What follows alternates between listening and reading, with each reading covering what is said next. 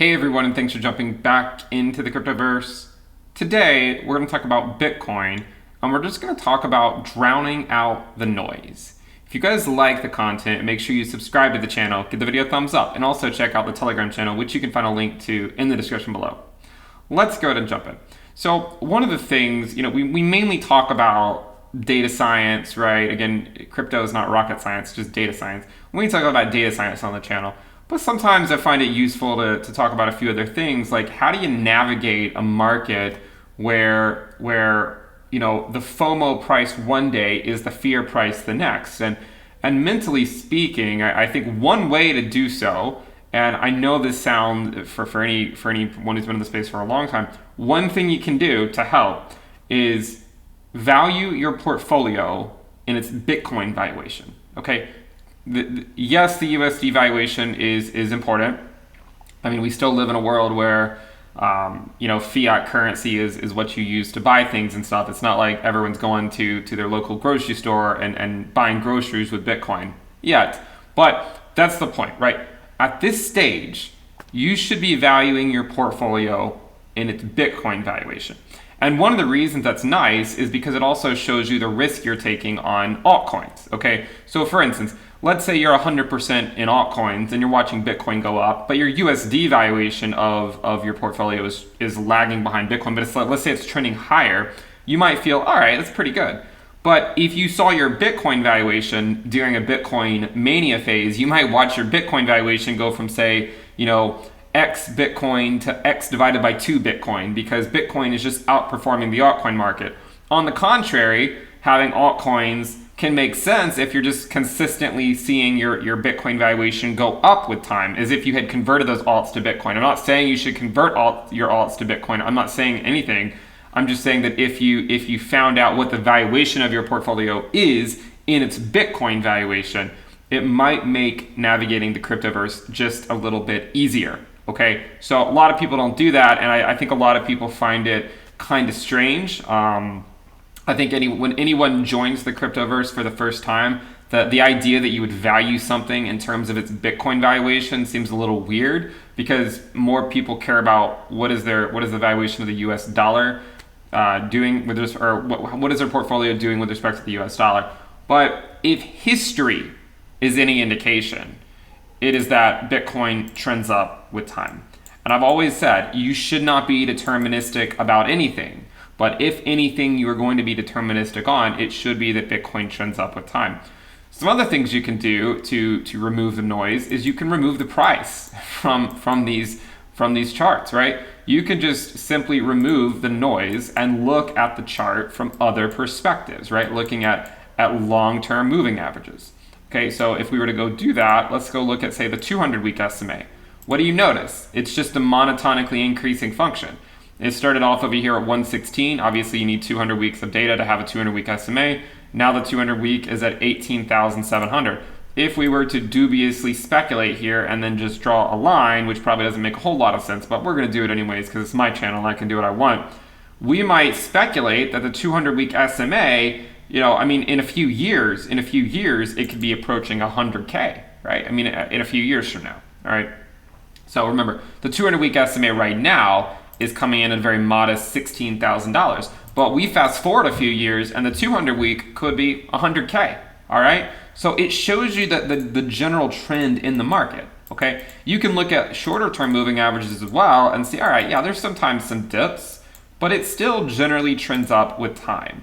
So it goes back to the saying that I say a lot, and again, it's the same thing, right? Do not be deterministic about anything, but if anything you're going to be deterministic on, it should be that Bitcoin trends up with time. I certainly don't think that Bitcoin is always going to go up every single day. I do expect corrections. Even in April, I said, look, we're going to get a 3 to 6 month lull in the market, and we did, right? We did, and now, today, the market is down a little bit. And even if we go down further, who cares, right? We've come a long way. We've rallied $20-something thousand in a relatively short period of time, and you sometimes just have to take a step back from the market. All right.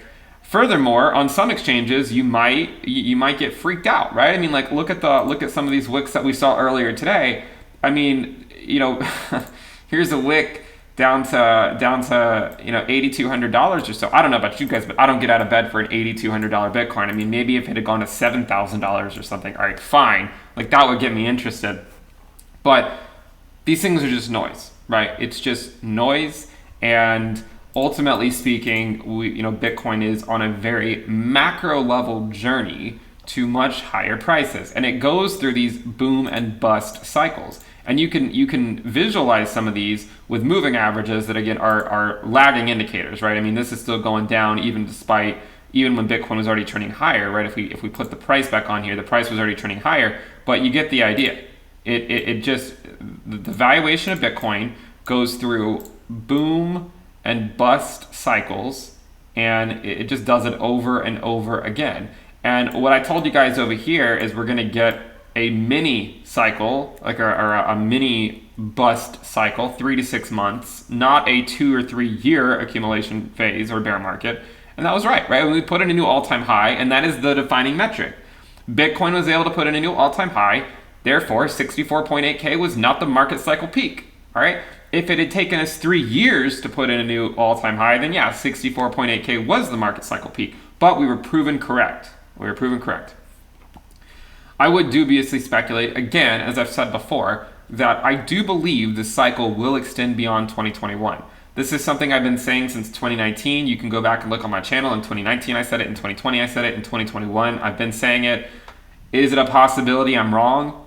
It is. It is a possibility I'm wrong on that, and we could see a market cycle peak this year, depending on what Bitcoin does over the next 2 months. But until proven otherwise, I'm operating under the assumption that the cycle is in fact lengthening and that time is on our side. We also do the Bitcoin Beauty of Mathematics videos occasionally to show you what I'm talking about.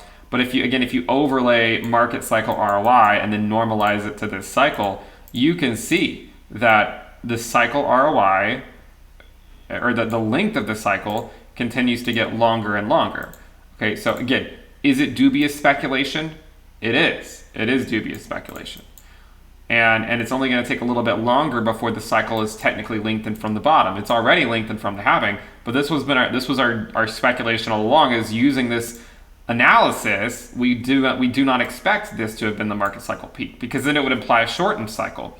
So far, our analysis is at least correct that this was not the market cycle peak. We also know that it is possible to go above a prior all-time high and then correct after it before continuing on. All right, here's a good example over here. All right, I want to show you.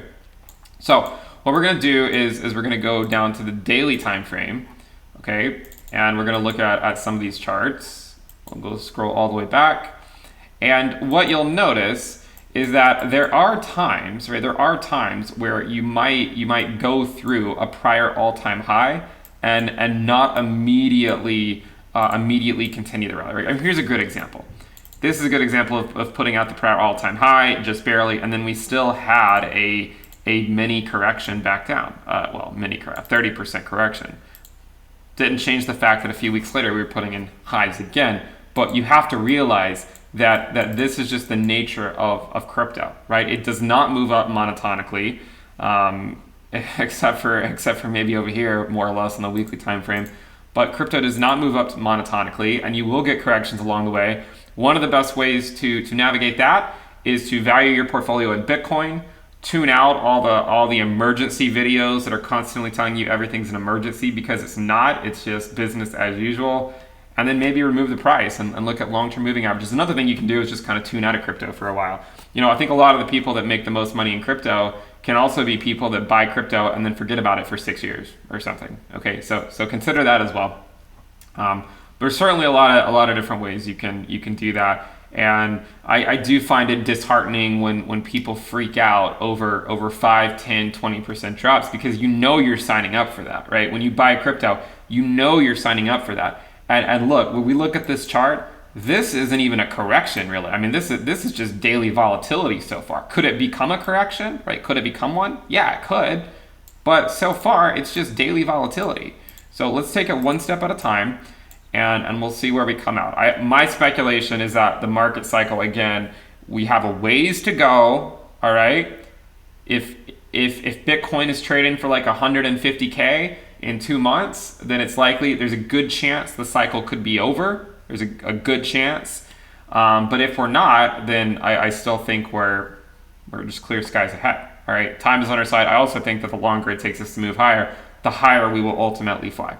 If you guys like the content, make sure you subscribe to the channel, give the video a thumbs up. Remember to check out the premium list at intothecryptoverse.com. If you want to get access to how I am navigating these markets, you'll get access to weekly reports and videos, the Telegram alerts channel, the Telegram chat room, the risk dashboard, and more. We also do have another set of NFTs that came out a couple days ago. One of them, there was one that was 10 copies, one that was 100, and one that was 1,000. The one that was 10 copies, that sold out. The one that has 100 copies, there's still like 70 left, and then there's plenty of the other one. So if you guys are looking to get an Into the Cryptoverse NFT, make sure you do so. Any of them that have not been sold by the end of the month will be burned. Okay, so keep that in mind. I'll leave a link to that in the description below as well. Thank you for tuning in. Subscribe, click the bell icon to turn on notifications, and I will see you next time. Bye.